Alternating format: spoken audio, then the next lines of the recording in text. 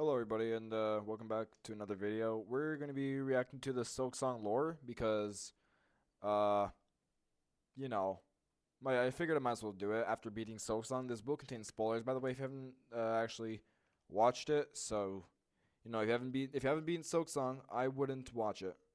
So, without further ado, yeah, we're gonna watch the somewhat complete lore of Silk by Mossbag. I think that was his name. Oi! Yeah, Mossbags. Yeah, enjoy the video. Ever since its release back in September of 2025, people have been debating what the plot of Hollow Knight Silksong even was. Why were all those bugs obsessed with their pilgrimage to the Citadel? Who were those mysterious figures who seemed to be running the place? Yeah. And just who exactly is this character? Why is everyone saying her name is Hornet It's and Silksong. calling her a spider and a worm It's the when Silksong. she What are doesn't you look like talking about? any of those things? This video intends to answer a good 70% of these questions. 70%? We will ascend through the land of Farloom, dissecting the game's dialogue and world in an attempt to wrangle a more complete understanding of Team Cherry's Metroidvania masterpiece. But with how recent this game is, please keep in mind that the theories shared here might be lacking a sort of refinement you would expect from deep dive lore videos about other, less recent video game releases. Pac-Man 2 Also, please New don't take Adventures? everything I say in this video as gospel. I am just one of many people with theories, and nothing makes my words more inherently correct. So don't just automatically believe me when I say stuff like when the slab was built, or that the earth is round, or that now is actually a really good time to be investing in I hate when people say Ethereum. that the earth is round. Oh, It's not and this round. video The earth will is contain clearly massive flat. spoilers, not only for Clearly, Hollow Knight 100%. Silksong, but also Hollow Knight. Hollow In Knight. fact, you kinda need to know a lot about Hollow Knight's story to really appreciate the story in Silksong.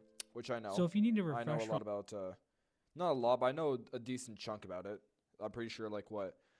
Hollow Knight, your fight, who is it? You're just the knight, and you try to get the Hollow Knight because Hollow Knight's corrupted. He's your brother, and you were abandoned by your father, for your brother, and your brother ended up getting possessed because of the father giving him too much love. He wasn't Hollow anymore. Blah blah blah. Pretty much, yeah. on Hollow Knight's lore, I think. be sure to check out my Hollow Knight lore video first. This video also contains massive spoilers for the hit 2004 film Shrek the Third. Oh. So if you need a refresher on Shrek the Third's lore, be sure to check out my Shrek the Third lore video first. This is the somewhat complete lore of Silksong. Alright, let's go. Découvrez la vraie nature. The story of Silksong begins with Silk, more specifically Grandmother Silk, a higher being described as the primal source of all silk. Silk in the world of Silksong is spun from the soul of its creator and has the power to heal wounds, extend life, and weave powerful runes. Grandmother Silk is also described as a pale being.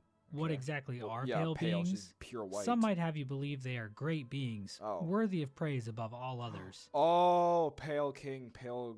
Oh, okay, yeah. No, I thought I meant like pale as in like their skin color. But Hornet wouldn't necessarily agree with that assessment. While pale beings are immensely powerful, they don't always have the best intentions at heart. Yeah. Pale beings are usually mainly interested in total subjugation from the bugs living beneath them. Hornet, a bug who is half pale being from her father, the Pale King, explains, "Devotion or destruction. These are the only fates my kind allow." Clover Brothers. And Hornet doesn't hold the pale beings in her life in particularly high regard. She calls her father, the Pale King, a fool in the Wings Mold Hunter's journal entry. And she also like said to the pale lady and during the memory cuts, she's like, "I'm not listening to you any longer," or something like that. I'm pretty sure she says something like that. I don't know. And she admonishes his wife, the White Lady, inside the red memory. Yep. So yeah, Hornet complains about pale beings in her diary and also gets into arguments with them in her head, which sounds pathetic, but she really does have a point. But this desire for control among pale beings was no different for Grandmother Silk. We don't know exactly when or how, but at some point in the past, she appeared in the land of Farloom. And while we don't know the exact timeline, we do know her arrival led to the decline of other nearby civilizations. One such civilization was an order of blade bugs and hunters, ruled by Crust King Khan. At the height of their rule, Khan's order occupied half of the lands of Farloom. It seems Khan and his warriors were one of the last groups left to stand against Grandmother Silk's influence.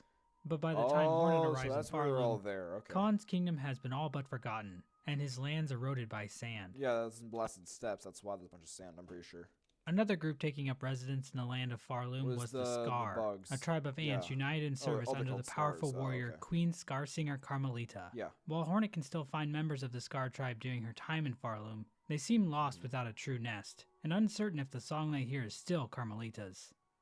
Wait, if you play the Nidolin, they don't attack you? What?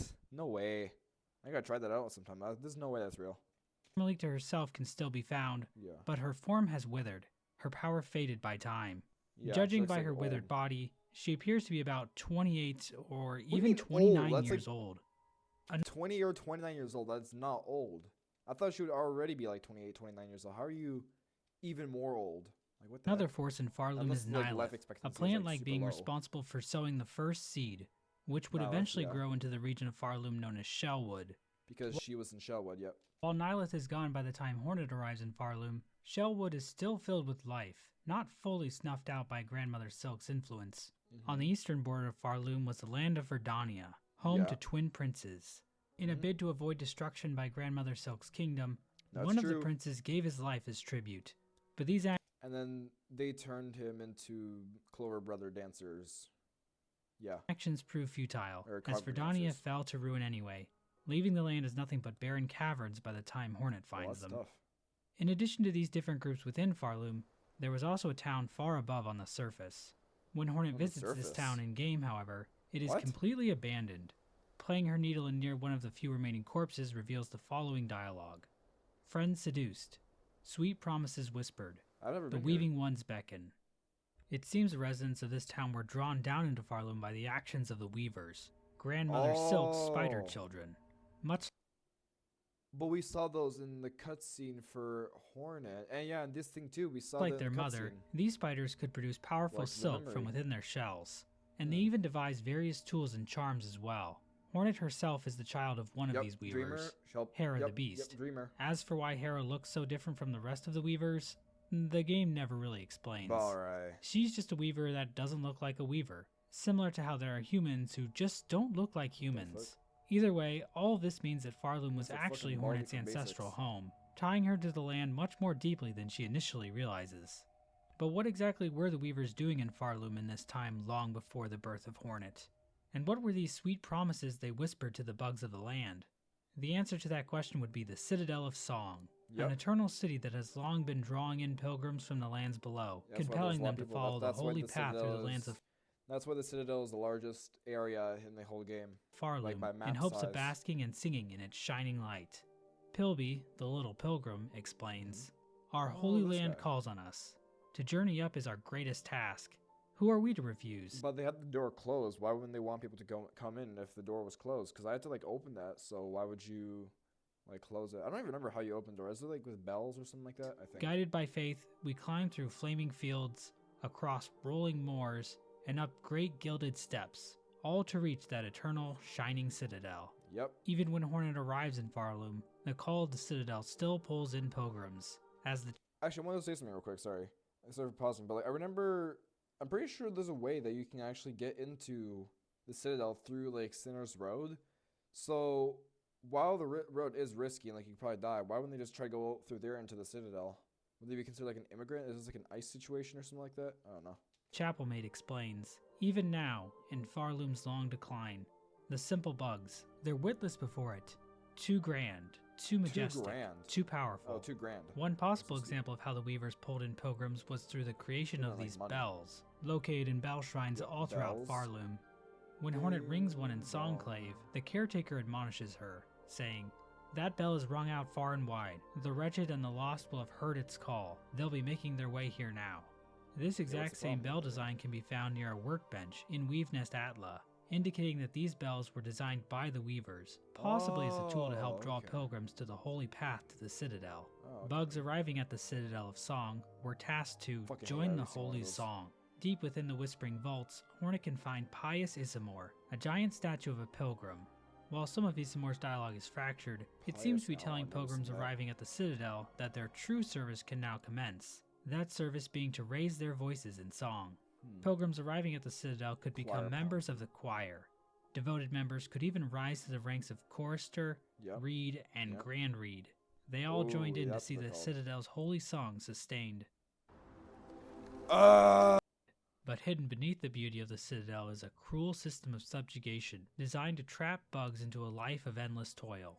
As Hornet explains, these poor bugs, All are victim of the Citadel and its insidious attraction. This place draws them up into its maw, only to consume them utterly. A good example of Yikes. this can be found in the Underworks. Yeah. Bugs are forced. I actually read about this today. I won't even lie to you. I remember seeing this today. The reason why these guys didn't drop any money at all is because they were poor as shit. So yeah, that's why. To work down there in That's why they didn't drop any inhumane money. conditions, being forced to spend what little rosaries they have every single time they want to rest at a bench. Yeah. There's a rosary-operated confessional for bugs to use, but the message it gives is automated and tells the bugs that their sin must be cleansed by working harder. We can see this Yeah. mindset this internalized by guy. Loam, a bug endlessly running on a treadmill, believing that the Citadel will eventually reward him for his hard work. Nope. Me cannot rest. Us works and Citadel breeds, and them's above do sing, and all is right. Yeah, I'm pretty sure if you go into the right, there's like a little treadmill you can run across. You get like a single rosary every time like you fill the meter up. So like, you know, technically you could just like hold down like your shift and D key or whatever key like you run for, and then just like go to bed, like wake up, you'll have like maybe 100 extra rosaries or something like that. I don't know. And when us works enough, them sees it. Her. I thought Them of that sees it, and originally. us gets us holy reward. Hornet can actually Yeah, help see? Loam work by running on a nearby treadmill. After 45 seconds or so of 45 running, seconds. a single rosary might pop out of the Oh, it's device, might. further illustrating how the faith of these bugs is exploited for labor. Another example of a bug fully buying into the Citadel's religion is the Old Penitent. Never The seen Old him. Penitent is a bug locked away in the Oh, slab, okay, that's why. a prison I never complex went to the built to slab that punish much. those convicted of sinning against the Citadel. But the Old Penitent doesn't view Oh, a it's situation that way, prison, okay. saying to Hornet, "Prisoner, I understand you not. There is no prison here. This is a holy place of Oh. forgiveness. Please, He's being, speak with corrupted. reverence." Even after being freed by Hornet, he refuses to leave, saying, "By the grace of the Citadel, I am here as a penitent. He's Here I been, can hide from the shame of my assimilated. sins He's until been they are tricked withered into away think by that the time. prison is Leave good. this place? Please, strike me down dead before you speak such blasphemy again." The Old Penitent also has the following He looks like the Bell Beast, kind of. You know, you can see like the form. You know, you see that? needle in dialogue. I don't From know. wastes, from darkness. Drawn down, blessed call. Sisters, accord. Silence above. Ah, This dialogue seems to indicate that the Old Penitent was one of the bugs from the nameless town above. He was drawn into Farloom by whispered promises, and found himself locked away in a prison cell he can never leave. But the cruelty of the slab doesn't just end with the Flies. prisoners. Even the jailers are trapped here. The Old Penitent explains, they too are penitents. In a past age, that caste committed their own sacrilege against the Citadel. A sin long forgotten, but so grave that their offspring and the offspring of their offspring carry the guilt with them still. To serve here is their only hope of absolution. The fate of the Guardflies makes clear that the Citadel is just about using guilt and sin as justifications to force bugs into endless servitude. Hornet is generally a fairly nice person, always trying to help Yeah, people and do the right that's thing, true. but even she has no sympathy for the Guardflies and genuinely wants Yeah, them ugh. all dead. She's like me with grubs. Given what can happen to Hornet during the events of Silksong, I can't really say that I'm surprised she feels this way. Hornet even hopes that killing the matriarch of the that? jailers, Ugh. Broodmother, will end their race for good. Oh, that's Broodmother. I was supposed to fight her to get into Act 3, but like I finished the other quests, so whew, thank God for that. But if she returns to the Broodmother arena, it turns out a new broodling has already appeared to carry on the species. Kill it. But for some reason, the game won't let Hornet kill the baby. This is an example of ludonarrative dissidence. Woke. Silksong is woke. They won't let you kill babies. But these aren't the only bugs Woke. born into a special Woke. kind of service. The Squirm of the Blasted Steppes were seemingly these chosen guys by too. the Citadel to act as judges of the pilgrims approaching the Grand oh, Gate. that's A who lore they tablet are. just Yeah, I can outside of definitely see Squirm similarities Nest actually reads, now. Bug born of Farloom, you have been chosen. May our Citadel's holy gilding harden Yeah, your I know. soft I can shell. see the similarities Stand in eternal as their our body arbiter, shape. that no bug-bearing sin shall step within our sacred halls. If Hornet plays the needle in for the Squirm found here, they will beautifully sing, Let's grow holy. Let's grow stronger. We are chosen. All are chosen. We will serve. All will serve. It seems from birth these creatures are brainwashed by the Citadel into believing Yeah. that they are doing holy work by using a mallet to brutally bash in the heads of any pilgrim they happen to think is guilty of sin. Similarly, the Vaultborn, found in the Whispering Vaults, are literally raised in dark vaults and then forced to become Yeah. scroll readers for Kinda the s- I- vault I- keepers. Yeah, I noticed. I saw that too. Honestly, I didn't mention it, but like I was like thinking in my head. I didn't think it'd be important to mention. Unlike the broodling, Hornet can kill the baby squirm and vaultborn. So hopefully Team Cherry will patch the game so you can actually kill this thing. Exactly. But you need to kill it. Kill the child. the Citadel's system of cruelty didn't just stop with the borders of the Citadel itself. The bugs underneath No also mercy. fell victim to its whims. One such area affected by the Citadel is Greymoor.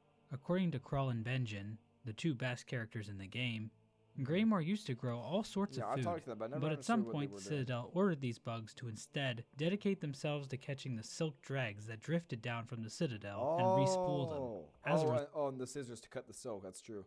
Yeah, and that's why there's a bunch of like silk wrapper things like this, to wrap the silk and everything. That's cool. Yeah, I don't know. I noticed there was a bunch of silk everywhere, but like I thought it was just like for decoration purposes. I didn't put much thought into it. result, the bugs of Greymoor had to resort to a less involved form of farming, breeding muck roaches for their disgusting roach Finner's red. guts.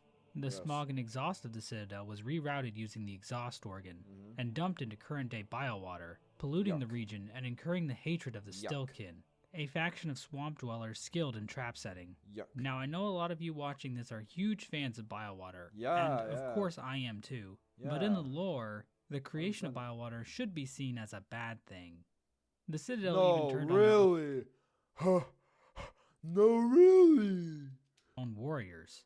There once was an order of pin-wielding maidens known as the Pinstresses. Yep. As the last remaining member of the cast, hidden away at the edge of the blasted steppes, explains, "Our Grand Citadel learnt well from the training of Pinstresses past. Then it went and turned those teachings upon us. Despite our superior skills, our numbers have always been few, and their strength overwhelmed. Of my once revered order, only 2 of us remain, wormed away in 2? Farloom's forgotten corner." Oh wait, hold on. There's one here, and then there's the one in Hunter's March where you get like the floaty dress, and then that's when you fight fourth choir or first choir, whichever one. And my pin sibling, Yeah. she's lost herself to more peaceable pursuits. Yeah. The only Yep, other knew living it. member, Called it. Seamstress, has given up her violent past, instead turning to stitching and sewing. But Yeah, the she helped me more, so I like her more. decommissioned automaton near her home indicates that she was indeed a powerful warrior. Oh, at there's some like a little nail point. here, so someone must have killed her, probably her. A third Pinstress can be found in the putrefied ducks, but she's Oh. long dead by the time Yeah. Hornet finds her. It's not clear why the Citadel targeted these women. Perhaps their strength was viewed as a threat to the Citadel's order. I mean, who wouldn't be afraid of this absolute beast? What the fuck? What a Ah! Bugs from the Forge home were requested to relocate to the Deep Docks, under the promise of holy esteem from the Citadel. And bugs of the Deep Docks that were not fulfilling their duties were punished by 4 brothers Cygnus and Gron, although the extent of all this is okay. unknown. The Citadel's Yeah, that was a tough battle, but like that's cool though. I didn't know that. Yeah, it's because they were summoning people that are like kind of their slave things, I guess, kind of maybe. I don't know, something like that. demanded everything they possibly could of these bugs, even trying to deny them death itself. A bulletin board Oh, right, located in a it's true. Ventrica station reads, "Due to unacceptably high injury and unsanctioned deaths, Ventrica travel shall henceforth be denied to all. For Farloom Eternal, a bug who serves must never die." The Citadel doesn't want its bugs to Yeah, die, there we go. That's not what out of any they die and, concern like, for they the bugs respawn. themselves, but because dead bugs can't serve the Citadel.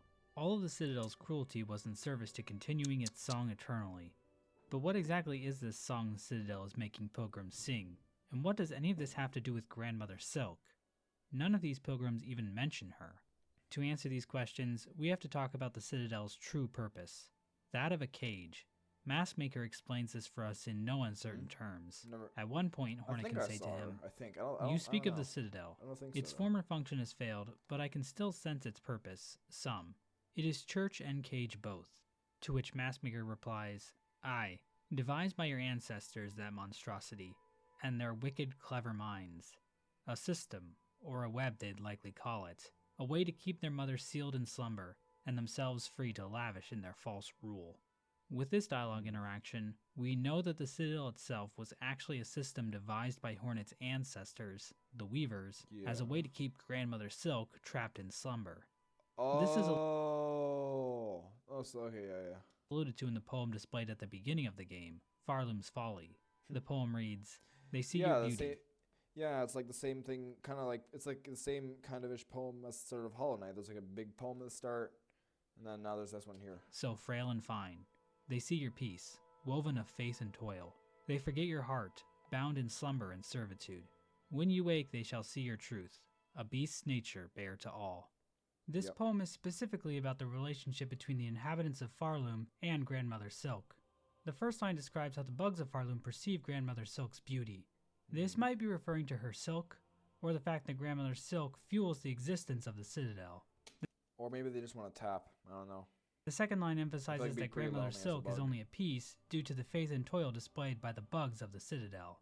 The third line states that Grandmother Silk is bound in slumber and servitude. Yeah, and she was also in like the egg thing. Like I remember seeing she was like in the little, white egg, and then she like kind of burst out of it, and then we started fighting her. So like, We can see this slumber. clearly when And that's like the Weavers put her in there. I'm pretty sure. visiting the cradle at the top of the Citadel. Grandmother Silk can be found Yeah. here, sleeping inside a giant I'm cocoon predicting of all of these things. I'm too smart. I'm too smart. I really am. silk. Underneath this cocoon, we can see that several strands of silk have been pulled out in parallel. Yeah. The bugs of the Citadel have constructed a giant loom to extract the precious silk from their sleeping monarch. They have even that's made this cool. image of the cocoon inside a crook, the symbol of their entire kingdom. But the last two lines of Farloom's okay. Folly tell us that Grandmother Silk's subjugation Yeah. won't last forever, and once she that's what I awakens, would've did. the bugs of Farloom will have to face her true, beastly form. Huh, I wonder if this will be important later. I wonder. It seems this slumber was achieved through the song sung by the pilgrims of the Citadel. Inside the whispering vaults, Oh, Hornet this can find guy. the corpse of the vault's pontiff, accompanied by a sacred psalm cylinder, a device Hmm. containing the melody of the Vault Keepers. Vault Keeper Cardenius explains, "Only our pontiff lived long and low within our vault. They held the melody, jealously, covetously, a learning for the highest Vault Keeper, and them alone. A truth they were told to have found, there in the dark, something within the melody or the words, something to set them silent. We're never explicitly told what that melody contains, but playing the needle in near the pontiff's corpse reveals the following messages. Damned bugs. We prayed a cage. We sang your chains. Divine silk." This indicates that the songs and prayers of the Citadel were actually designed to imprison Grandmother Silk, and this truth okay, was hidden from the bugs of the Citadel. This appears to be corroborated by the Weaver lore tablet located Oh, near yeah, the Weaver these corpse things. spire in Moss Home, which reads, "Sister, spider, husk bound to moss, watch over these bugs born low, raised up by fervor fostered, born and caught within our web unknowing." The pilgrims weren't even aware of Grandmother Silk's existence. Instead, it was the Weavers that were seen as holy. Weaver effigies found throughout the land show that the pilgrims prayed to the okay, that's Weavers, cool. viewing them as graceful, Yeah, blessed, cause, like, and you even see divine. those statues Even by the sometimes. time Hornet arrives in Farloom, massive burial spires dedicated to the Weaver corpses Yeah, can and, still like, be that's where you get the found, silk with scales plaques and built by hearts. the pilgrims stating that they offer song to the Weavers eternal. Even some of the inhabitants of the Citadel hold deference to Hornet, referring to her as a first child. But why Yeah. exactly did the Weavers turn on Grandmother Silk in the first place? Was she just a really callous and cruel monarch, similar to Lord Farquaad in the 2001 hit Lord film Fart Shrek Quad. 1? Our Fart best glimpse into what life looked like for the Weavers while living under Grandmother Silk is Widow. from the memory of Widow, the only Weaver still alive in Farloom by the start of the game. Oh, After- yeah, I was thinking about in my head. Yeah, she was like, I thought she was like the last like old weaver or something like that. Defeating cool. her, we see a memory of the Weavers playing harps as Grandmother Silk watches over them. The following dialogue then appears on screen. "For her light, eternal, our song sustains." We know that Grandmother Silk does want song, as the Silk Heart memory in Whiteboard says the following lines. "Their voices, their song, to devote, eternal. They are ours, bound forever." So before the Citadel, the Weavers had to sustain song for the monarch eternally. The Weavers must have felt trapped in this system and decided to create the Citadel, using a new song to put Grandmother Silk to sleep and enthrall. And then I'm gonna predict this before he says it. That were the three melodies that we had to get, so we could open up the cage to go up, so we could fight Lace 2, so that we can go fight my Grandmother Silk. all the pilgrims of Predicted it. Farloom in their fake religion. Through this action, the Weavers not only obtained freedom from sustaining the eternal song, but they also came to perceive themselves as the rulers of Farloom. The harps the Weavers first played the eternal song on for Grandmother Silk can still be found in the cradle, fallen completely into disuse. A thread memory of Widow can be found here, Oh. likely because she is the only weaver still loyal to Grandmother Silk, Boo. but we'll talk about her more later. Aside from Widow, another weaver Hornet sort of meets is a being known as First Sinner. This weaver's lore is also very difficult to make sense We of, fought her? but Oh, seems relevant no. to our current discussion. First Sinner can be found locked away in a cage sealed with runes. Inside the cage, a weaver corpse can be found. She offers to bind her strength to Hornets, but unlike the other corpses, this action actually awakens First Sinner, who tries to murder Hornet. However, this fight appears to take place in some kind of memory, as opposed to in real life, Oh, what the since fuck? dying in this fight doesn't spawn a cocoon. What? So it seems First Sinner is just a memory here, not actually Oh, alive. okay. If First Sinner is defeated, Hornet witnesses a memory from her revealing the true nature of the Weavers. It seems What? Grandmother Silk actually evolved the Weavers from Farlids, common bugs found in Oh. Farloom. It's like a Pokemon First Sinner evolution. reflects on this revelation saying, "She called us daughters. She called us divine. She lied." Hornet even mentions that the Farlids remind her of herself in some way. First Sinner's rage seems to be a mixture of feeling cursed with silk, given to her by Grandmother Silk, and being cursed to know the truth of her nature. We also know she had the power to weave silk into blazing runes, which she uses extensively in her fight. As a Similar side to- note, si- in the similar to Lace, similar to the second Lace fight as well as the third Lace fight. Very similar. game's code and concept art for First Sinner, she is referred to as First Weaver. So perhaps First Sinner remembers the truth about the Weaver, Weaver's Sinner, same origins thing. because she was the first Farlid to ever be transformed. The $5 Oh. bill just dropped. Get it while it's hot. Avant, les patients devaient choisir soit plus de blancheur, soit moins de sensibilité, pas les deux. Maintenant, ils n'ont plus à choisir. Sensidim Clinical White offre plus de blancheur, plus une protection contre la sensibilité et il est sûr pour votre émail. Mes patients vont l'adorer. So why was First Sinner locked up? The tablet placed over the cage says the following. Penitent, first of the first, guilty of the sin of apostasy, penance by constriction, absolution denied. One possibility is that First Sinner is the catalyst that set off the Weavers turning against Grandmother Silk. Perhaps she was imprisoned by Grandmother Silk for calling her a liar and revealing her Maybe. secret, and this convinced the other Weavers to turn on her too.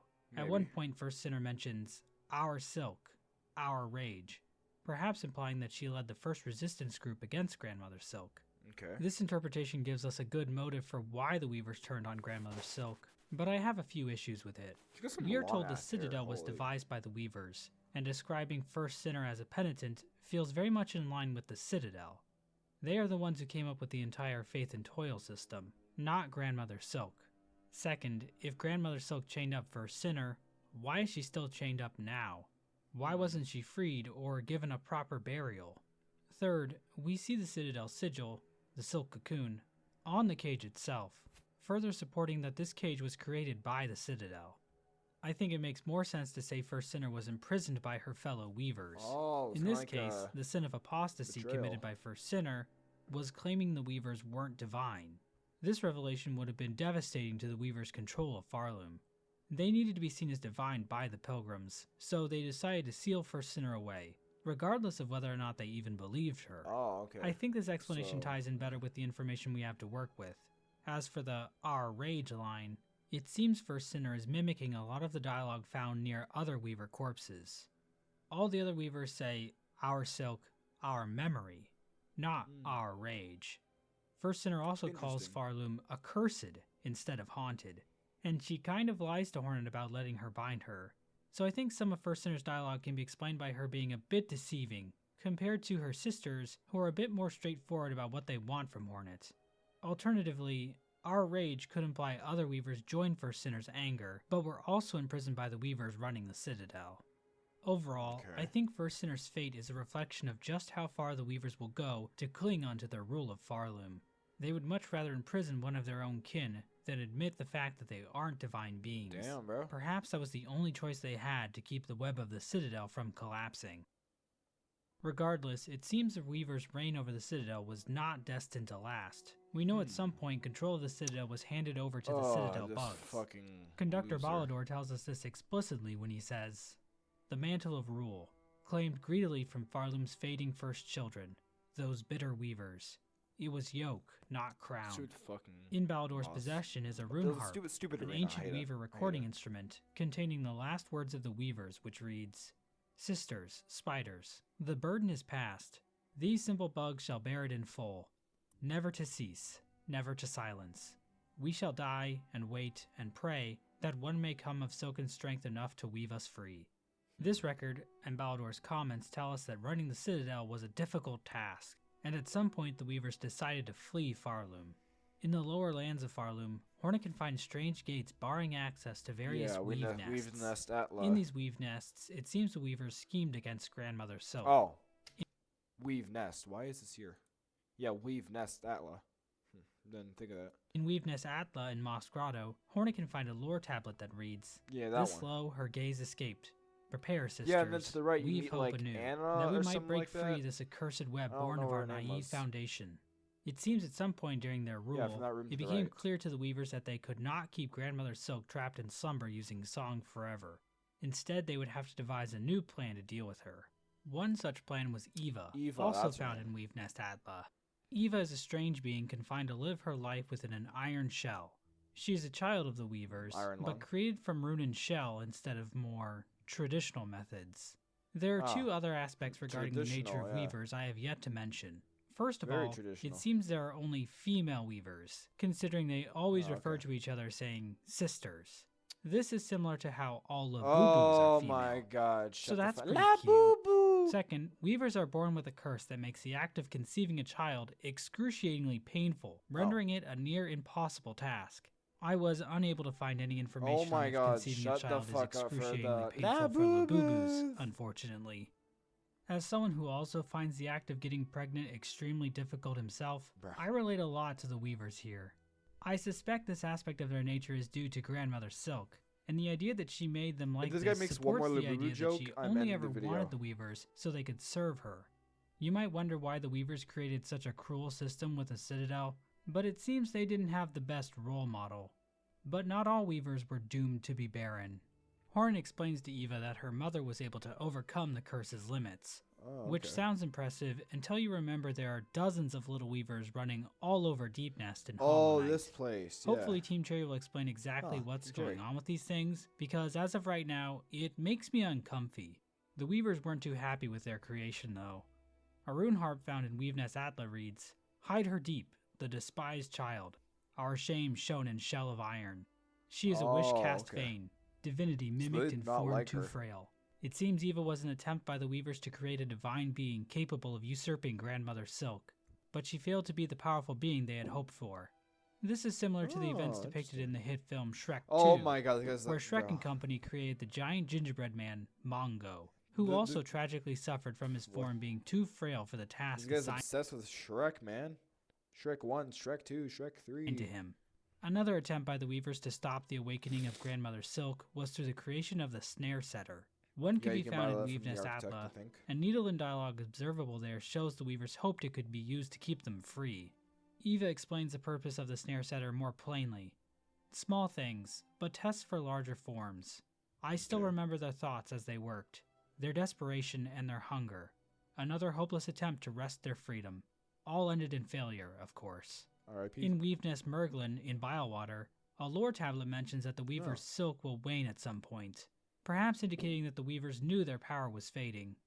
The strangest place a Weave Nest can be found is deep below Farloom in the Abyss. In the Abyss. The I Abyss in didn't see that. Farloom is very similar to the one found in Hallow Oh. Nest. That's where we fought. That's where we fought Lace. Hollow Knight, Silksong, True Ending reference. Go watch that video. It features the same void tendrils, a lake of void, and massive spires. There's even hints of the ancient civilization here too. At one point, Hornet Yep. refers to the void as being below all things, perhaps indicating that no matter where you are in the world of Hollow Knight, if you go down far enough, you'll find the Abyss. In Weave Nest Absalom, there is evidence of the Weavers researching the void. A rune depicting the void tendrils can be found, and it seems the Weavers were able to collect void within glass jars. Oh. But it doesn't seem like the Weavers went much further with any of their void experiments, as nothing here seems to have been used against Grandmother Silk at all. In fact, it doesn't seem like any of these traps or mechanisms worked.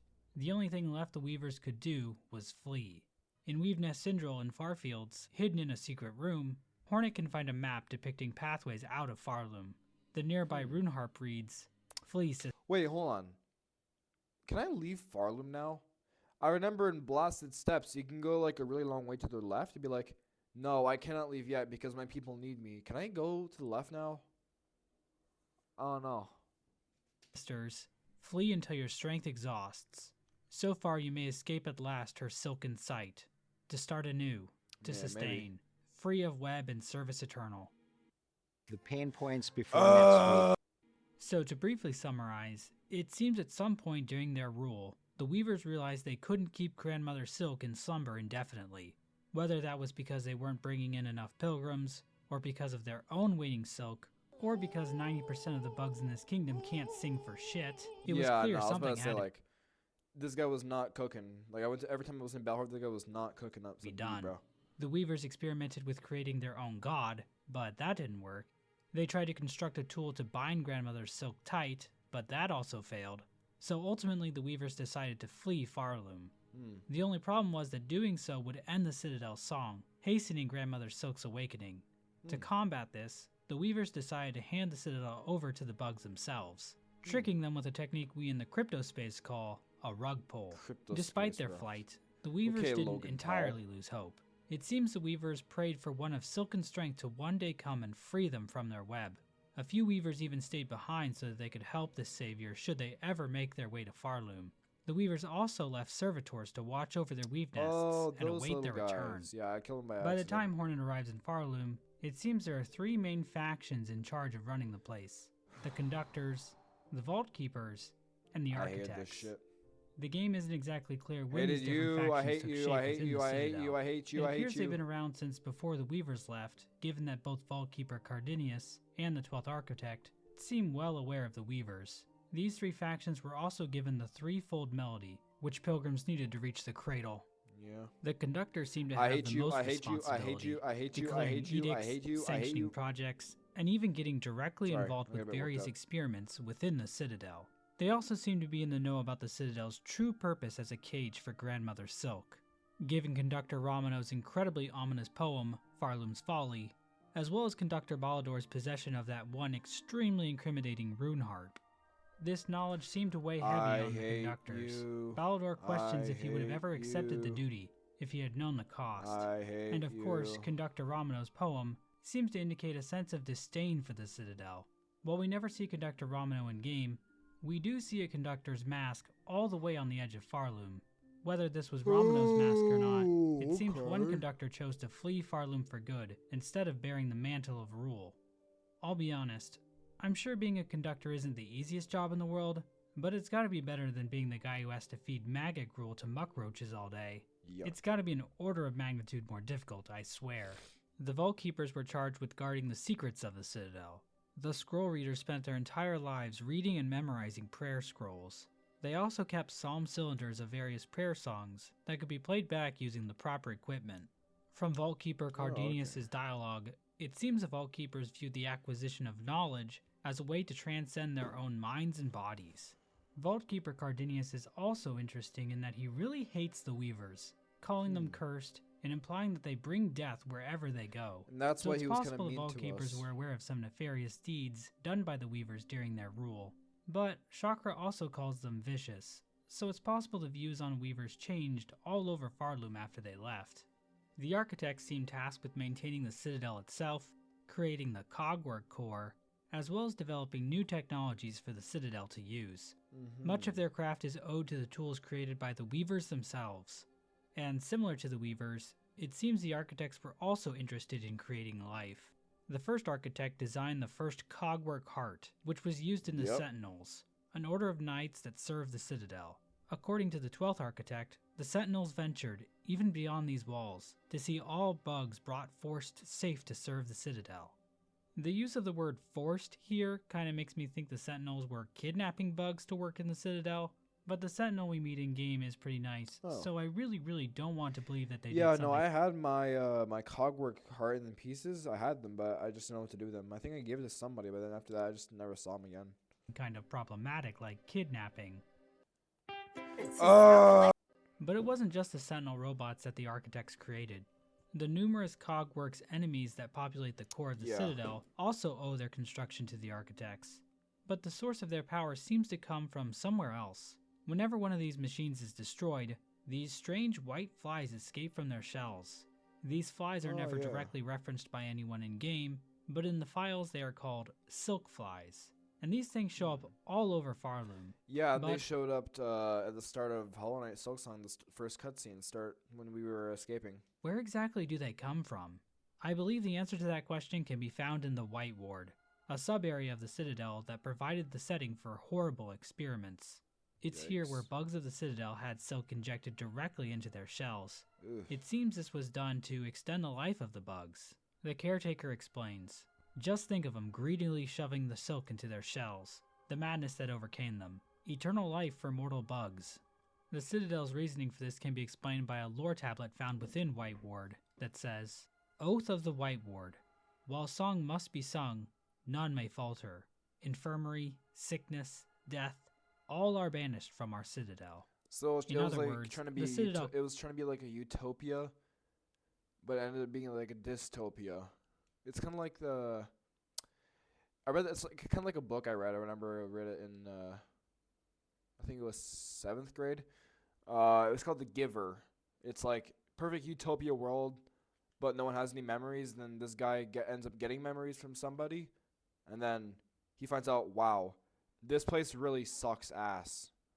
couldn't So it's kinda afford like to that. lose bugs to If death you read the because they book, then you know needed what to I mean. continue It's a good singing book. a You should song, read it. keeping grandmother Silk in slumber.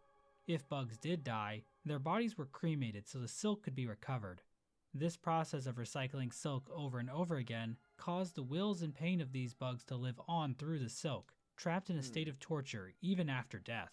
But it seems the bugs of the White Ward went even further with their experiments. It seems the silk flies, found inside of the Cogworks bugs, were also created here. Inside White Ward, we can find a strange device, referred to as a silk siphon within the game's code. Siphon. Huddled around this device are these silk flies. We can also see silk flies trapped inside this container, and an identical container can be found in the center of the silk siphon. One of these containers can So also do you think like they put like people in there that had silk inside of them, then they siphon the silk out of them and like artificially like change them into the silk flies? Maybe. be found on the ground next to the 12th architect. Oh, okay. That's Playing cool. the needle in the silk siphon room reveals the following dialogue. Yeah, one why line this in pain? particular That's why this pain. is interesting I to saw me. that in the To serve, middle right. beyond shell. To the right of this room is a chamber filled with hundreds of corpses. A Ooh. choral commandment can be found at the end of the room, which reads, "Bug of voice grown hoarse or shell fallen frail, you have been selected for duty most sacred. Become our light, our guide in darkness, that others worthy may climb to join It's the a holy scam. song." Don't go for it. So It's it a seems the scam. Citadel was transforming the silk-infused souls of bugs into silk flies that could be used to provide light for the kingdom of Farloom, as well as power the various automatons working yeah, within the exploded. core. Even massive constructs like the fourth chorus release several dozen Oh, silk I actually flies didn't when notice they're that was the first time I destroyed. played it. Given the silk flies seen on the 12th architect's corpse after they die, What? They die? I didn't know that he died. Oh, hell no. it seems That's- the architects that's were stupid. also powered by silk flies. Only half The of only them in exception to video. this I Jeez. found is the cogwork dancers, which we know were created not from the soul of a Farloom bug, but from the soul of one of the princes of Verdania. And that's why there's like one of him and then there's like the invisible shadow clone. When speaking to the Green Prince after defeating the cogwork dancers, Hornet says, "His soul is now free from that shell of iron." Yeah. It seems weavers were still in Farloom when the silk flies were created, since we can see a few of them in Weave Nest Atla. We can even see some of them in the Carmelita memory, so Really? it seems they've been Where? around Where? I don't see any. Hold on. Scanning. No, I don't see for a any. long Oh, the flies. I'm like time. actually We special. know that some things change throughout the lifespan of the Citadel, but it can be difficult to track down exactly when these changes took place. For example, in one section of the Citadel, there's an unused statue base. The statue that used to be here was likely Pius Issamore, who was at some point Okay. hidden away within the Whispering Vaults. Pius Issamore mentions that the Citadel is built from simple stone, bare and unadorned, but that is certainly not the case by the time Hornet arrives in Farloom. So when did these changes happen? Pius Issamore does mention that the Citadel was bequeathed to the bugs by the Weavers. Bequeathing okay. can mean to give something, but it also has a sense of handing something down. So it's possible the gilding of the Citadel didn't take place until after the Weavers gave control of it over to the Citadel bugs. But the wording is vague, and I don't get the sense that the Citadel bugs would necessarily be more interested in turning the Citadel into some gilded shining city than the Weavers were. One big change that almost definitely took place after the Weavers left was the completion of the Citadel core, which seems to be referenced in the This last was edict fun. of the conductors, I which reads, like doing this one. "And lo, is eternity sustained. By Architect's Claw, we welcome that final form of dial and rotor, and soul gladly given. The perfect, unfaltering voice. The cogwork core is a massive structure of cogs and shafts in the middle of the Citadel. Yeah. We know from the 12th architect that the core was built to sustain the song.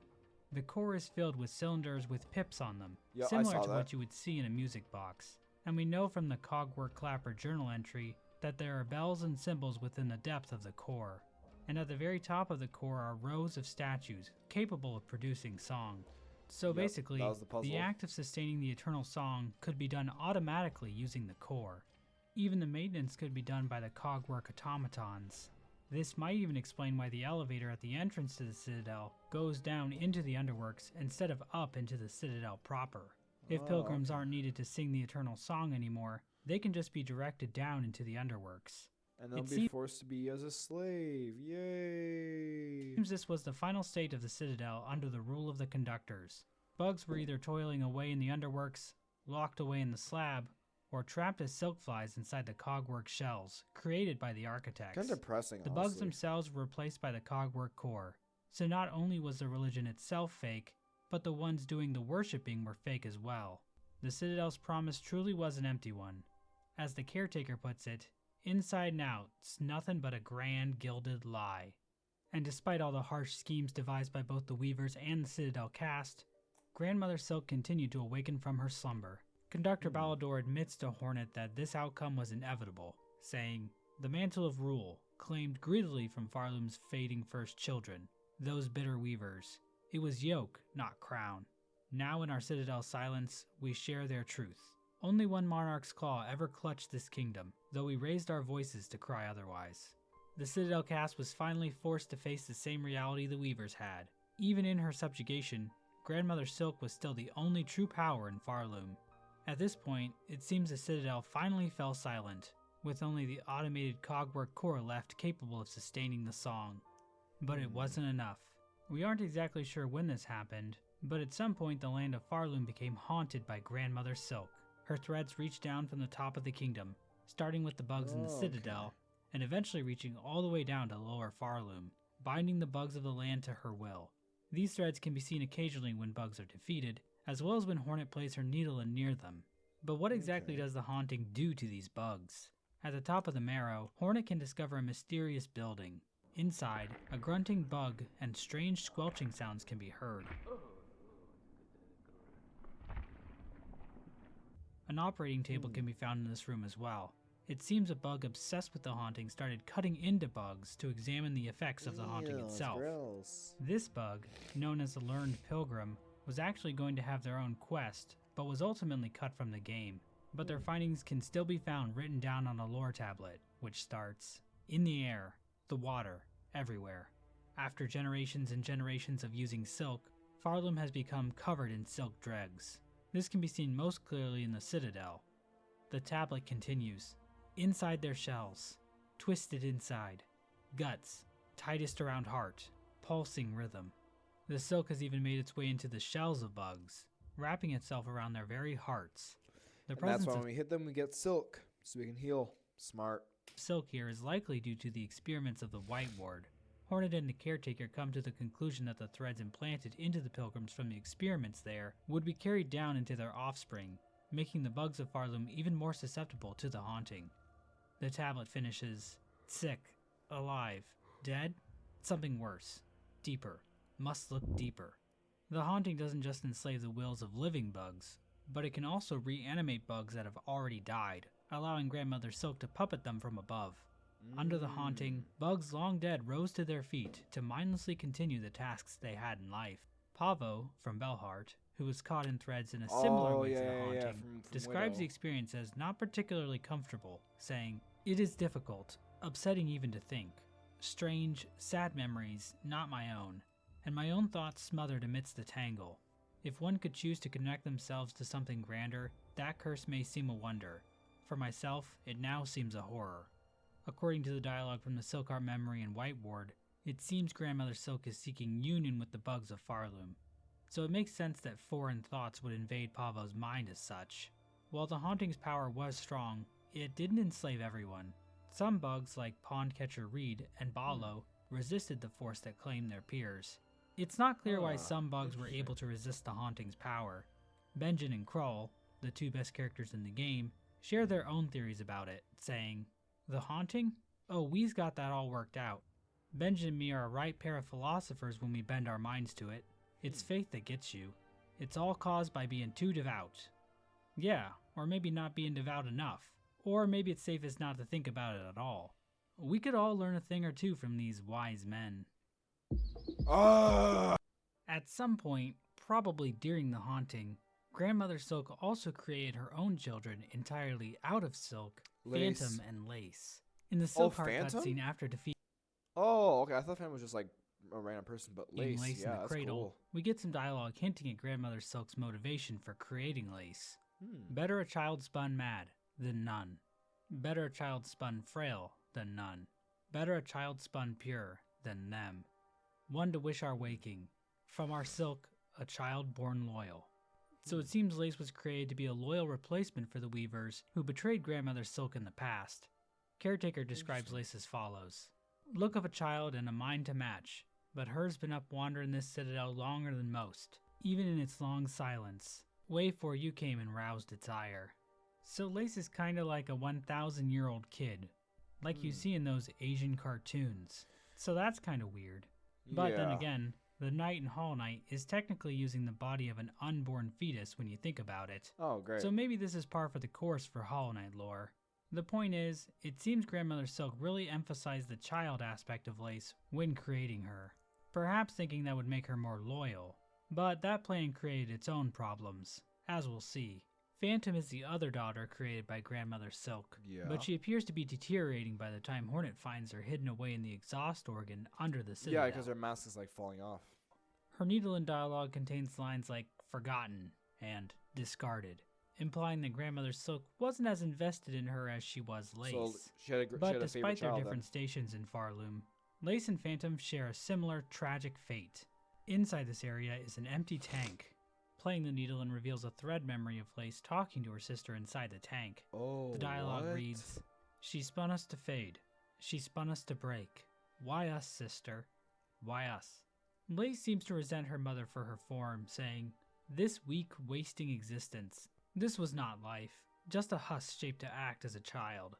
Lace's Hunter's journal entry also claims that it would take a lot of silk to maintain Lace's form.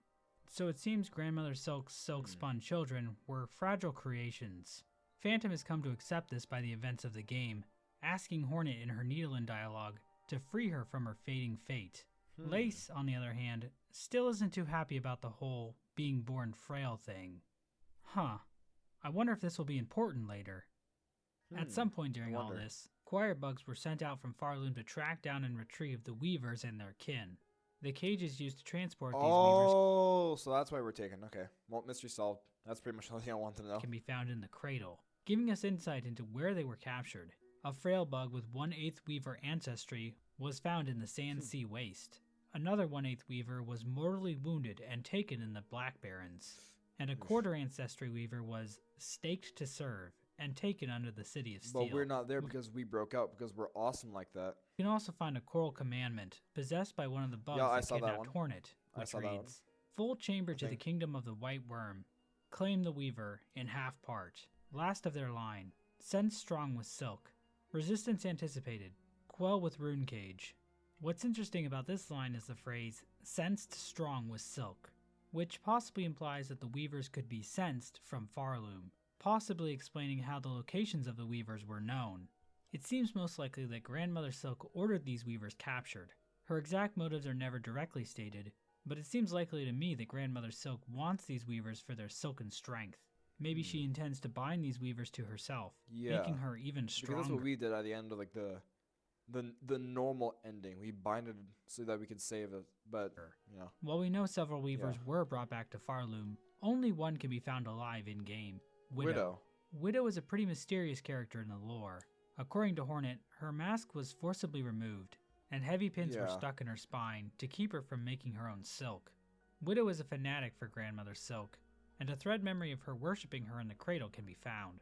Widow is a bit crazed when Hornet finds her, and that seems to be the result of her mask being removed. We know from Yeah. Hornet's interaction with Mask Maker in I this thought she just game hated that me. masks can in fact alter a creature's personality.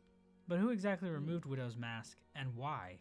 One theory is that Widow is the quarter weaver who was captured and staked to service. That would make some sense, since Widow has been literally staked in the Oh, I back, never noticed that in her. I never noticed that in her character. is That's now cool. serving Grandmother Silk. However, the stake to service line might be referring to what state this weaver was in when they were first found by the choir bugs, not the ultimate fate they faced once back in Farloom. Aside from that, some of Widow's dialogue makes me think that something else is going on here. When she meets Hornet, Widow refers to her as spawn of those who dared to flee. This line implies to me that Widow didn't flee Farloom like her sisters. Otherwise, it would come off a bit hypocritical. In her thread memory in the cradle, she says, "Of the first, the last," and "Our mother, true." These lines imply Widow has a much more direct connection with Grandmother Silk, as opposed to being only a 1/4 weaver born somewhere outside of Farloom. I suspect Widow was the only weaver still alive in Farloom after all the others fled.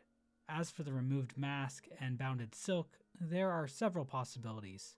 Perhaps Widow was punished by her fellow weavers for continuing to support Grandmother Silk, even after she was put to sleep. that Although, might be a why good wouldn't they theory, just actually. imprison her like they did for Sinner?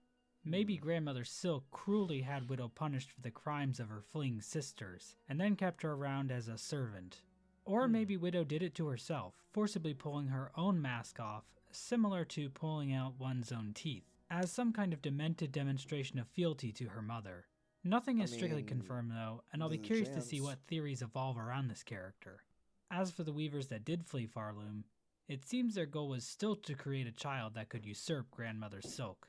One of these groups ended up in Deep Nest, where one of its members, Hera the Beast, became queen. Deep Nest bordered a larger civilization called Hollow Nest, ruled by the Pale King and the White Oh my god, Hollow Knight reference. Oh my god. No way. Lady. At some point, Who the could have Pale guessed King those two asked Hera kings to are become a dreamer, connected? a Who role coulda which would guessed? require her to fall into an eternal sleep. Hera agreed, but only if the Pale King gave her a child. The exact details of what happened next are far too dangerous to discuss here on YouTube, so please type this URL into your browser. Please, oh please, Mossbag, tell me how the Pale Kind and Hera the Best created Hornet. I really want to know. I am ever so curious about this information. I'm gonna go quickly and take a picture of this, and then I'm gonna take a picture of this real quick. I'm going to look it up after the video, and then not on camera, just in case. And after that, I'll put in the description what I found. If you really want to know. Yeah. Either way, the result of all this was the birth of Hornet.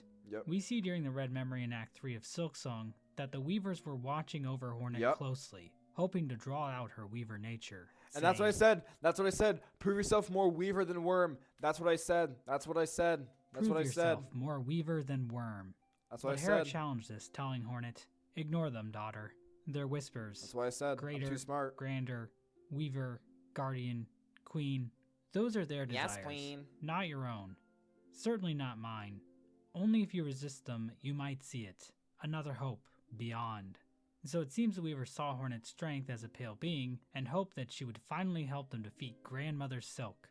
Hera, on the other hand, seemingly had no interest in this plan, encouraging Hornet to forge her own path. There's just one wrinkle to all this I just don't understand. During the events of Hollow Knight, we see that the Weaver's den in Deep Nest is completely abandoned, save for one Weaver which can be spotted Weaver's watching den? the night.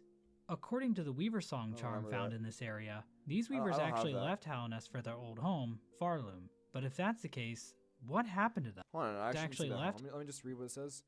Silk and Trinity containing a song of Firewall summons Weaverlings to give the lonely bears some comparison. Oh, protection. Okay. Yeah, no, I never got that crest. So, not crest. I'm saying so. I never got that Hallownest for their charm. old home, so I wouldn't know. Farloom. But if that's the case, what happened to them? The Weave Nest tablets make it pretty clear that they wanted to stay as far away from Grandma Silky as possible. The only possible indication of where the Hallownest Weavers went can be found in Weave Nest Absalom in the Abyss. In this Weave Nest, Hornet can find the Far Sight item. This item allows observation over vast distances, and can tell Hornet the state of the world. In the real world, this would be a horrifying mass surveillance device, the likes of which only exist in fiction stories, like the Big Brother. classic Yep. novel I just said it. I literally just said it as it came up. 1984, Big Brother. 1984. It's But- 1984, not 1984. In game, it fucker. basically means the player kidding. can now see the game's completion percentage. There are a lot of parallels that can be drawn between this item and the Pale King from I Hallownest. got a little bit carried The away. design of the object itself vaguely resembles him. No, The that's Pale true, King actually. has an ability described as foresight, Bard, dude, never allowing seen him this to guy. know the future to some extent. The lore tablet he left for the Hollow Knight in the Black Egg Temple Ooh, yeah, also yeah. gives the world sensibility, which allows the player to see the game's completion percentage. The rune effect in the Farsight cutscene also resembles Whoa. runes we see in the cast-off Did I do shell. that? I think I did. So it's possible the Yeah, Weavers I think I designed did this do that. device after encountering the Pale King in Hallownest and returning to Farloom. But if that's the case, where are they? Another possibility is that the Weavers encountered a different worm than the Pale King, and that's what inspired them to build the Farsight. We just Maybe. don't have quite enough information to say for sure. One way or another, chorus bugs Get fast multi-sector. were sent to Hallownest. They eventually captured Hornet within a rune cage and Yep. carried her all the way back to Farloom. I wonder how long I wonder how far it would be to get from Hollow Knight place to Silksong place. Like, because I'm assuming since it's all on the ground, I'm assuming humans are alive. It'd probably be like what, 5-minute walk or something like that. For them, it would probably be like, I don't know, maybe like a few days at most. And now we finally made it to the events of Silksong proper. It's at this also point I now want we've to just done thank a it. few people for their help on this video, So now we've talking gone into lore with me and sharing ideas, as well as the Hollow Knight wiki community in general, for just being really cool. Also the modding community as well. It took a bit of time for the wiki and mod communities to build up around Hollow Knight when it released back in 2017. Really? So it's been awesome to watch the community tear Silksong apart like a pack of ravenous hyenas on the Serengeti.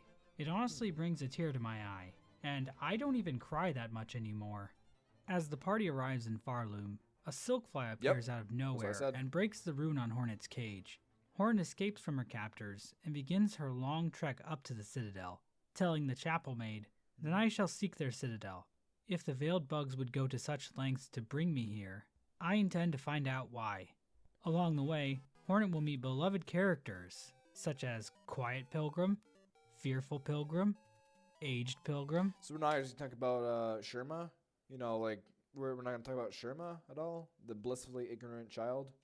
Tall Pilgrim, Solemn Pilgrim, Worried Pilgrim, Dejected Pilgrim, Okay, we got Wary it. Pilgrim, Okay, we get it. Exhausted Pilgrim, Okay, okay. Pilgrim Preacher, Yo, buddy. Humble buddy, Pilgrim, Buddy, we get it. Scared Pilgrim, Yo, buddy. Horned Pilgrim, Buddy, we get it. and everyone's favorite, Mort. She'll also find corpses of Are her you dead serious right now? ancestors, who have waited for her arrival so they could share their strength with her in hopes that she may dethrone Grandmother Silk. Hornet will also face some of her greatest threats yet, Lace. such as First Lace the boss was easy, bro. Oh my god. I beat that first try. lava, Or I think actually second try because I fell into the lava by accident one time. spike But I beat her traps, like pretty much first try. thorns, rocks, bells, steam, and other such obstacles worthy of challenging a godlike being such as Hornet. Hornet Yeah. can bear witness to many strange rituals along her way. She can find pilgrims enthralled in worship, she can break bread with bugs still in control of their senses, and she can even learn to play almost 10 whole songs on her needle. Hornet can even stumble upon a strange cult of burning bugs obsessed with flame. Deep within the thicket, Hornet What can the find the This is what the fuck? What's that one place? Burning Man. It's like the Burning Man event. I was gonna say another cult-like group because of their pointy hats, but I don't think I should say Father that of the for Flame, personal reasons. a giant totem and Not personal god reasons, what the fuck am I containing talking the about? Not burning personal corpse of an reasons. aged bug. You know what I mean. Huh. I wonder if this will be important later. Burning corpse of an aged bug. I wonder if it'd become important later. I don't know who he would be talking about. Depending on how she ascends Farloom, Hornet can also be attacked by Lace in Deep Docks. Lace is conducting silk flies in this scene, perhaps indicating that she is the one who freed Hornet from her cage at the start of the game. Maybe. Lace seems jealous that her mother is more interested in Hornet than her, so she has decided to kill Hornet to keep her from reaching her mother at the Citadel. However, Okay. if Hornet takes a different route to the Citadel, Lace will just show up and taunt her without actually fighting her. A true hater. In her journey, Hornet may also come across Haunted Bellheart, a town whose citizens have been strung up by silk into the air. Hornet describes a situation like this. The thread sickness. I've seen its like upon the roads, but there it does not discriminate. The curse that strikes the town, it is driven, focused, a cold use of silk at a concerning scale. Upon investigating the area, Hornet discovers the culprit, Widow. Yep. While not the source of the silk itself, Widow can play music upon it to manipulate the silk to her whim. Widow curses the town as a gift for grandmother's silk, and now sees Hornet as another offering she can give her mother. Once Hornet defeats Widow, she binds the ancestral art Needlein. Ah. From here, Hornet has two paths to the Citadel. She can either ring the 5 bells located in the bell shrine scattered throughout Farloom. Oh, wait. Oh, that's... Oh, so that's what they were... Okay. So the 5 bells that we did, that's what opened the thing. Oh, I never knew that. Okay, that's cool. And fight the last Huh. judge at the peak of the blasted steps, Oh, that final or fight. she can venture through Sinner's Road to find the Mist, a strange region of warped space in Farloom full of silk flies and vengeful wraiths. Yeah. By playing her Needlein for the silk flies, Hornet can find her way to the exhaust organ and defeat Phantom. Upon defeating either Last Judge or Phantom, Hornet will gain access to the Citadel. How, though? Hornet arrives at a How did she get access to this stuff after defeating, like, Phantom? Did she just get, like, teleporter or something like that? I don't know. I shouldn't be asking questions. I need to finish this video. seemingly empty Citadel, until Lace appears again to taunt her. Hornet tells Lace she knows a higher being is responsible for the haunting overtaking Farloom. Lace mocks Hornet, telling her that she has no chance of defeating Grandmother Silk. Hornet replies by saying, "I've found those who claim themselves a god can rarely match the title. And experience tells me even gods can fall." That's true. After this interaction, Grandmother Silk lets out a scream, and the Citadel comes to life with the haunted husks of Citadel bugs. Once Hornet reaches the top of the Citadel and defeats the Cogwork Dancers, R.I.P. she Best- must complete the I think one of the top 3 best boss fights in the whole game, low-key. threefold melody, recovering the 3 separate songs held by the Architects, Keepers, and Conductors. But before she can get the melodies, Hornet will have to fight one of the most complex and thematically rich characters in Silksong, and perhaps even all of fiction, Trabio. Trabio I is a did not like tragic him. character. I never His liked dream him. was to bring the Citadel back to This guy just had, like, a whole stage, and, like, you had to fight him. Like, buddy, you did not have to fight me. You could just, like, let me go, but no, you had to do your little nerd boy band shit and make me fight you. Stupid life ass through the character. magic of the great stage. He called upon Hornet I don't care if I'm wrong. I actually didn't like him. He was a bitch. to be his partner in reigniting the flame that fuels the land of Farloom. Like, look at it. You can literally look at it. You can step off the stage and then just walk away. Why didn't we do any of this? Like, The two dance the God, I dance hate of unparalleled beauty, with every step, every turn, every goddamn exploding ball executed exactly as balls. choreographed. Yeah. But then tragedy struck, when Hornet straight up murders Trabio for real, live Pretty on tragic. stage. Deserved. Trabio made the ultimate sacrifice for Farloom, and now he's dead forever. And yet, he Yep. lives on in the hearts and minds of children all over the world. Cap. Thank you, Trabio. It seems recovering the parts Cap. of the threefold melody was meant to be impossible. Hornet mentions that the climb through the Cogwork core to reach the Architect's melody would be near impossible for a normal bug. And We're not Vault Keeper normal bugs. Cardenius We're even outright locked states in it was bugs. against the law for a Vault Keeper to share the Vault Keeper's melody with a non-Vault Keeper. These roadblocks to completing the threefold melody might play into the idea that regular bugs were never actually supposed to be able to reach the top of the Citadel to learn the truth about Grandmother Silk's imprisonment. Hornet plays the completed melody to the statues and is finally granted access to a lift that will transport her to the cradle. At the But couldn't you just, like, since the lift was already up there, couldn't they just like have placed like a bunch of like boxes and stuff to like climb up, then like use some like explosive? Because they have explosive. Why can they just like use explosives to like break open the latch and then just, you know, tie a rope to latch it on and then just start climbing up? You can just do that. Top of the lift, Hornet finds Lace. Like, yeah, I mean the cowboy dancers are there, yeah, sure, but like, you know, if they're not there, then I mean, like, you know, you could have just done that. Waiting for her in a field of flowers. After the battle, the two finally discuss Lace's true nature. Lace expresses frustration at her silken form, viewing it as a cruel mimicry of life. Hornet tries to console her, but Lace is having none of it and promptly dies. You know what? With Lace out of the way, Hornet finally confronts Grandmother Silk, the pale being responsible for everything that's happened up to this point. Peak intro, by the way. And I'll be honest, I didn't expect her to look like this. Yeah, exactly. She's not bug-like at all. She's like some kind of weird woman. This is what a woman looks like, by the way. After defeating her, Hornet binds Grandmother Silk to herself. As she does so, her crest expands immensely, and her masks transform into Weaver-style ones. Oh, I never noticed Hornet's that, binding actually. results in the entire citadel getting covered in a thick web of silk. Yeah, no, I saw that. I was like, what the hell? Like, there's no way we caused all this, but apparently We so. then see Hornet's body curled up inside the cradle as she grows additional pairs of arms. And I predicted that it would be like kind of Little Nightmares 2, if you've ever seen that.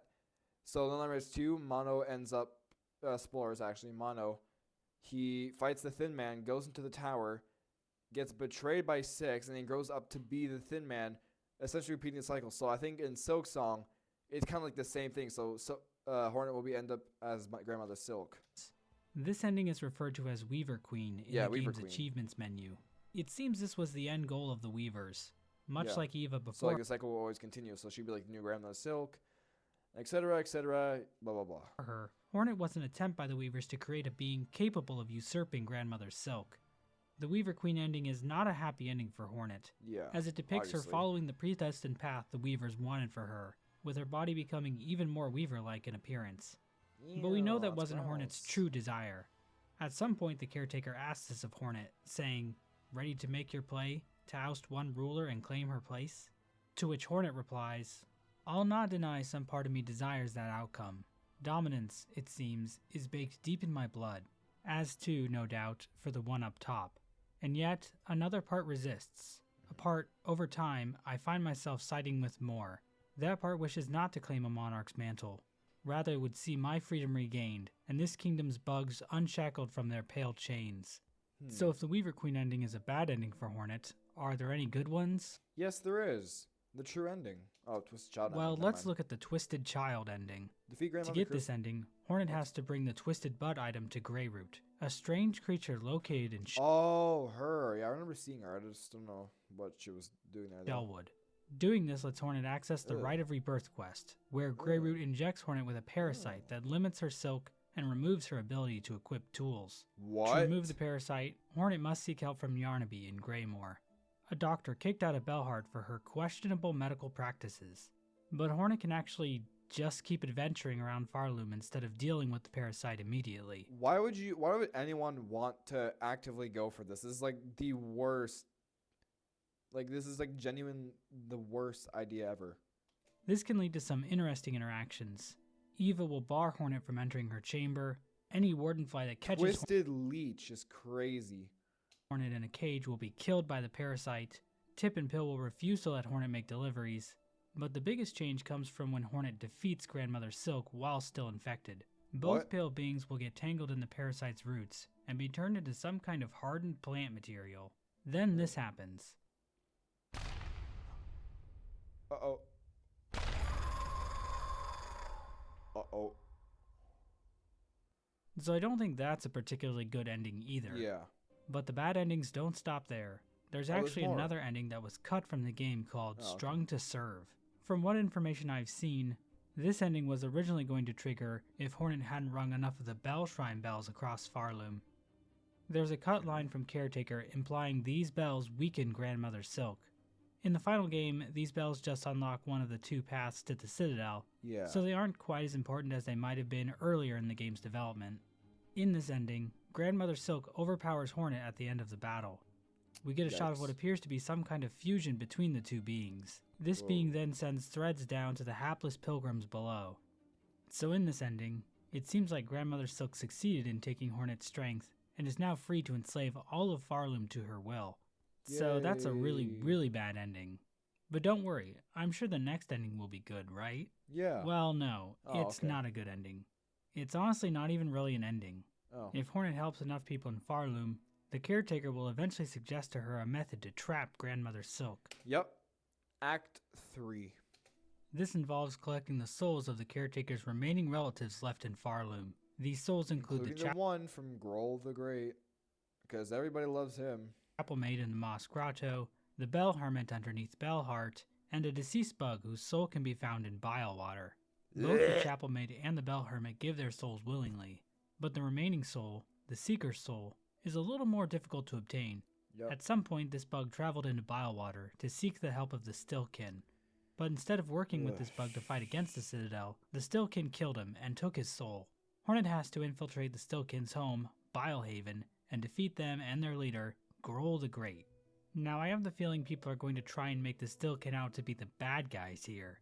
But I'll be honest, if the Seeker was anything like the Caretaker or the Bell Hermit, I don't blame the Stillkin for doing what they did. Man. I will stand with Grohl the Great here, and I Man, hope get you outta do here. too.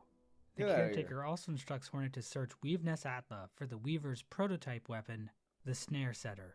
Hornet gives these 3 souls and the Snare Setter to the Caretaker, who Yep. then sets up the trap inside the cradle.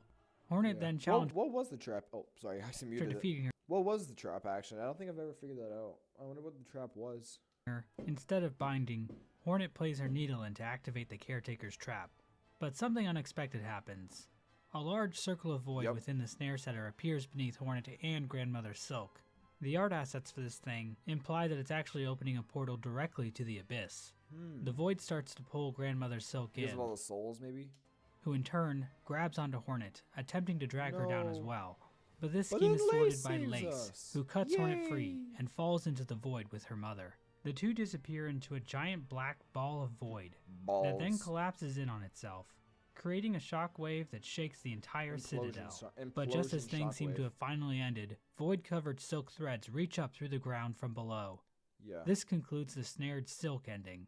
But instead of putting Hornet back to before the fight in the save file, Yep. this ending triggers Silksong's third act, called Abyss. Mhm. Hornet awakens to find Mhm. that Type all of shit. Farloom has been altered, with environments wrecked by the appearance of black threads, NPCs killed in the quakes, No, and enemies he possessed died. by void. No, I liked him, man. Vous êtes prêts à n'importe Ah! Hornet travels back to the ruined chapel where she confronts the caretaker, the chapel maid, and the bell hermit, who we learn at this point are actually snail shamans. Yeah. It turns out their fascination with the void led them to try and use it in combination with the snare setter to trap Grandmother Silk in the abyss. The only problem is Lace also fell into the trap. This has caused Grandmother Silk to violently resist against the void, continuously creating more silk to keep the abyss from consuming her daughter. And at the same time, void-infused threads connected to her cocoon have shot up into Farloom, threatening to destroy the entire Yeah, kingdom. because her cocoon was like at the bottom. It was like white at the top when she was alive, and then it's not black at the bottom when she's like in her void dead kind of form. Pretty cool. Hornet resolves to travel to the abyss to investigate. She heads to the deep docks to seek the help of Ballo in using the old diving bell to Yep, drop W down Ballo. into the abyss. W. Ballo obliges, mans. but the age of the bell causes a malfunction, leaving Hornet stranded deep below Farloom. Yeah. Hornet looks for Grey Hold on. causes a Wait, malfunction, wait. leaving Couldn't you just climb the chain? Like, couldn't you just do that? It'd be hot, but like, couldn't you just do that? Hornet stranded deep below Farloom. Hornet looks Just for saying. Grandmother Silk, but discovers that she has been submerged within the sea of void. Lace, never one to waste an opportunity to mock Hornet, somehow astral projects herself into the room and tells Hornet there's nothing she can do to save Farloom. Lace explains that she saved Hornet as an act of rebellion against her mother for creating her so frail, and seems to relish in the idea of dooming her mother and all of Farloom along with her.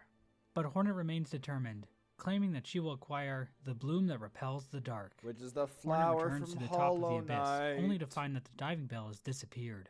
So she has to climb back out of the abyss herself, It's at this point that the music from the 2019 reveal trailer starts playing for the first and only time during the entire never knew game. that. Now, I've watched that trailer probably over 300 times in the last 6 years, and it was honestly kind of weird not hearing all the sound effects from the trailer. Hopefully Team Cherry will patch the game to add them back in. I really think Yeah, that I would like make this I like moment this even parkour more thing, but it was epic. kind of stupid at the same Hornet time. returns to the snail shamans and explains that Very she must nerve-wracking. retrieve an Everbloom from within her own memories. We see what is likely the exact same type of flower in Hollow Knight, Yep. going by the name Delicate Flower. I knew Grey Mourner, that. one of the Pale King's 5 because great I'm knights, smart. brought the delicate flower from a faraway land, and requests that the knight take the flower to the grave of her dead lover, the Traitor Lord's daughter. I don't know what it is with Team Cherry and tragic dead gay lovers, but if you are gay or have a gay lover, and Team Cherry wants to put you in their game, maybe stop and think about it first. If the knight tries to give the delicate flower to the White Lady, she declines, explaining that the flower contains a rare power. She also tells Hornet in the Red Memory that the Everbloom is the first light. The knight can give the flower to the Godseeker, but while she recognizes it as rare and pure, she can't detect any godliness from it. However, What? giving the delicate flower to Godseeker actually unlocks an alternate ending for Hollow Knight. Yeah, The Godseekers in Hollow Knight are attempting to attune to the Radiants, who they detect as the highest god in all the land. When the knight first and arrives that's in why in Hollow Knight it's called the God Home ending or something like that. God Home, Yeah, a God dream Home. realm inside the mind of the Godseeker, she is not impressed, calling it a cringer. But if the knight Cringe. continues to clear the pantheons, defeating boss after boss, the Godseeker begins to take notice of the knight. Upon defeating the Absolute Radiance at the end of the Pantheon of Hallownest, the knight seems to take on a new form, referred to in-game as Void Given Focus. Looks After like this transformation, the looks like the Bell Eater. knight begins to leak out from the Godseeker, with void tendrils lashing out from her body. However, if the Godseeker is holding the delicate flower, Godseeker and the void leaking from her disappear, leaving only the flower with a single stained petal. So it does indeed seem like the Everbloom can repel void. Interesting. Whether or not this event in Hollow Knight is the memory Hornet has of the Everbloom is unclear though. The White Lady calling the Everbloom the First Light implies this flower might be a primordial force in the world of Hollow Knight. It's described as having a pale light, maybe indicating that the power found within all pale beings is connected to it. But for whatever reason, only these flowers can repel void. Paramount Plus gets Oh. real. Due to her nature as a weaver, Hornet can access things like the Everbloom from her memories using Yeah. silk. So I guess it kind of works Oh, like she- Essence in Hollow Oh, she grabbed the flower from her memory. Right, that's true. Knight, That's- but that's cool. instead it's silk. Because what can't silk do in this universe? They can make frickin' laser beams out of silk, for God's sake. Funny. However, Hornet needs a spell from the Snail Shamans to actually access the Everbloom. The Snail Shamans tell her they can cast the spell, but it will require a tremendous amount of power. They tell Hornet to seek the Old Hearts, The the, Old strength Hearts. remaining from the former rulers of Farloom, Former Crust rulers. King Khan, Hate you. Scarsinger Carmelita, Hate you. and Nihilith. I like The you. shamans then teach Hornet a new song on her Needlin, Elegy of the Deep, which will allow her to access the memories of these bugs from when they were in their prime. So basically like traveling to a pocket dimension. This is similar to the film Shrek Forever After. Oh my Hornet god, this finds guy the in old hearts Shrek, scattered bro. all across Farloom. In the wind-blasted sands of Karak, she can Jeez, find it's the like the corpse fifth time of he's Crust mentioned King Shrek. Khan, hidden away in the Coral Tower. He's even got all his soldiers with him, aura farming even in death. Makes you think. In Upper Shellwood, she finds a shrine built begrudgingly Mm-hmm. by the Citadel in honor of Nihilith. The shrine itself is protected by Shrine Guardian Seth, who Yep. stops any bug who would try to approach it, killing them if necessary. It's not clear where Seth came from, or why he's even in service to Nihilith, but it seems like he's under some kind of spell, Yeah. considering his And like the spell thing, like, cause like when we killed him, I saw him another time. It was like, "Hi, my name's Seth," and he's like, I was like, "Hold on, didn't I kill you?" He was like, "What? No, I just got here." So like, I don't know, personality maybe it's like- completely maybe it's kinda changes like after a- Hornet like a defeats him, phoenix or a revealing Boris himself kinda to be thing. a total gamer. Finally, a Hollow Knight Yeah, see, character there I you go. can relate to. Well, him and Styx. On the east end of Farfields, Hornet can find the withered frame of Scar Singer Carmelita, who's gotten a little bit bigger since she was young. I've heard this is what protein powder does to you. She's fat. Playing her newly learned song will allow Hornet to battle Khan, Nihilith, and Carmelita in their prime and claim Or their Glow hearts for Brother, the Snail you know, Shaman's could just do ritual. that instead of Hornet can also, fucking Coral Tower. completely unprompted mind you, track down the Green Prince Yep. on the border of Verdania and murder him while he mourns the loss of his lover. Hornet will W. then call him Vane in her murder journal. What the fuck, Hornet?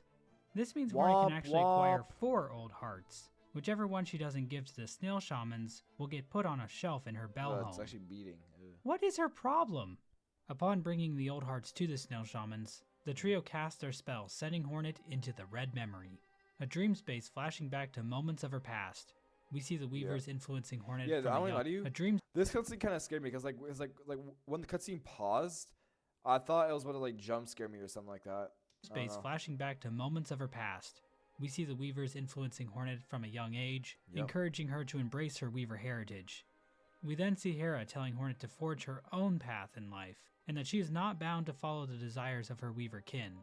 Good mom. Yep. We exactly. then see Hornet training with Hive Queen Vespa, the Hive ruler Queen? of the Hive, Hive a Queen? location hidden away in the far reaches of Hallownest. Colonist, yeah. The idea that Hornet was trained by Vespa was mentioned by Ari Gibson all the way back in 2017, Whew. but he implied the relationship might not have was- applied anymore. I was younger. But 8 years years later, ago. Team Cherry has finally confirmed it. Now, you might think that this interaction finally explains why Hornet's name is Hornet, but the game technically doesn't indicate I that actually just anywhere in realized. Vespa's dialogue. For all we know, Hera just named her that. At the end of the Red Memory, Hornet confronts the White Lady, who defends her actions regarding the creation of the vessels. In case you forgot this minor plot point from Hollow Knight, Yep. the Pale King and the White Lady created the vessels by dropping their children into the abyss and allowing the void to hollow them out. One vessel was chosen to contain the Radiance, a vengeful moth god who has infected the kingdom of Hallownest with a sickness that preys on the minds and Which dreams is like the orange goop thing. of its citizens. Not only does this plan fail, as the Hollow Knight wasn't pure enough to contain the Radiance, but countless more vessels, including the player character from the game, were abandoned in the abyss. Hollow Knight's story is about the player character, the Knight, coming to terms with its past and deciding the fate of Hallownest on its own terms. W Knight. So, all things considered, not the best showing by these two higher beings. And Hornet even calls the White Lady out here, saying she would never resort to such a weak scheme for salvation. The White Lady responds with pity, and finally offers Hornet the Everbloom.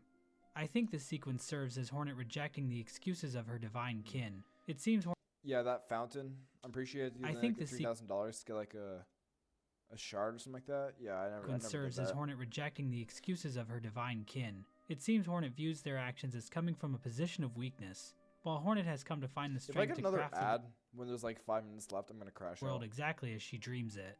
And through that strength, Hornet will choose to save another from the void, instead of sacrificing an entire generation of offspring to it. Hornet's resolve is reflected in the journal entry for Lost Lace, which reads, "To quell the mother's rage and see this kingdom saved, I will claim her back. This one the dark shall not take." Just a soft side. Hornet awakens in the snail shaman's hut, but all 3 of them are now gone, save for their shells. They I thought they died. Never mind. I thought they died or something like that. seem to have used all their energy when casting the spell, no, and oh, faded okay, they did die. Alright. away. Let's have a moment of silence for the snail shamans, who bravely gave their lives for Farloom. Yep.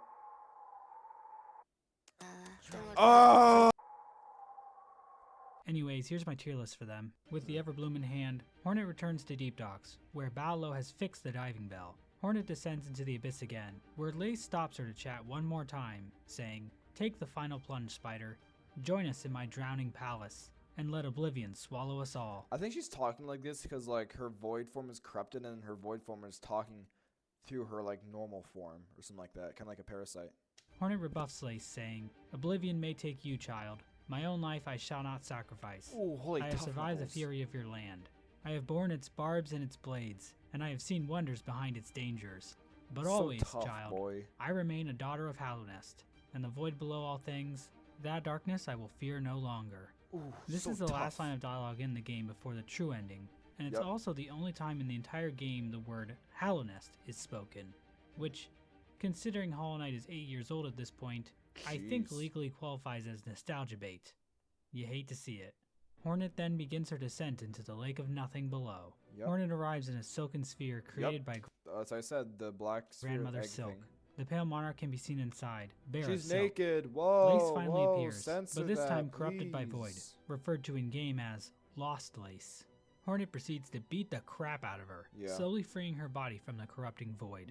Yeah, that's Once what I Lace said. is finally cleansed by Hornet's blade, Hornet asks Grandmother Silk to give her enough silk so that she can escape the Sea of Void and return Lace to safety. Yeah. However, as Hornet and Lace rocket through the void, the petals of the Everbloom disintegrate. Mm-hmm. The ever-hungry void tendrils take this opportunity to strike, Hi-ya. but are stopped by none other than the knight. Yeah, and I was like low-key tweaking, bro. I was like, what? There's no way.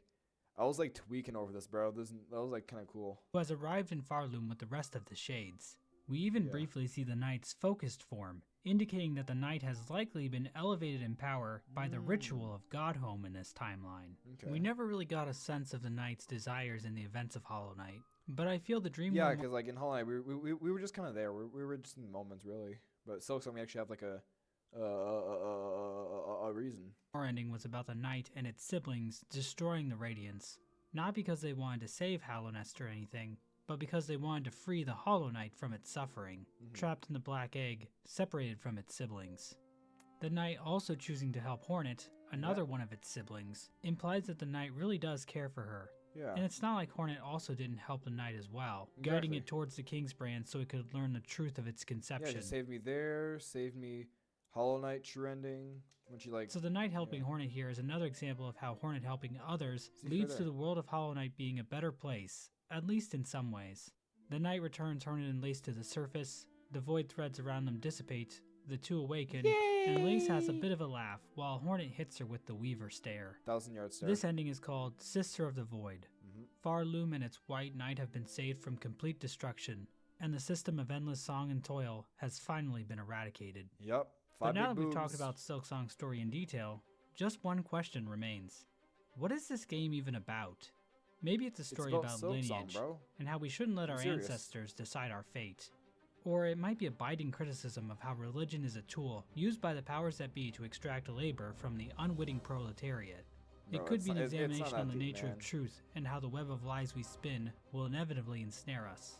Perhaps it's a story about the relationship between mothers and daughters, and how mutual love and respect should be shared between them, with no strings attached. Or maybe spiders are just assholes. True. Yeah, that was the ending. So yeah, thank you guys so much for watching. That was a pretty cool video. I like that. I might watch this one at some point. Probably not as a video, just for myself, but yeah, a good nice video. I did like Silksong. Maybe I'll do some more Silksong related stuff later, but for now, that's it. See ya.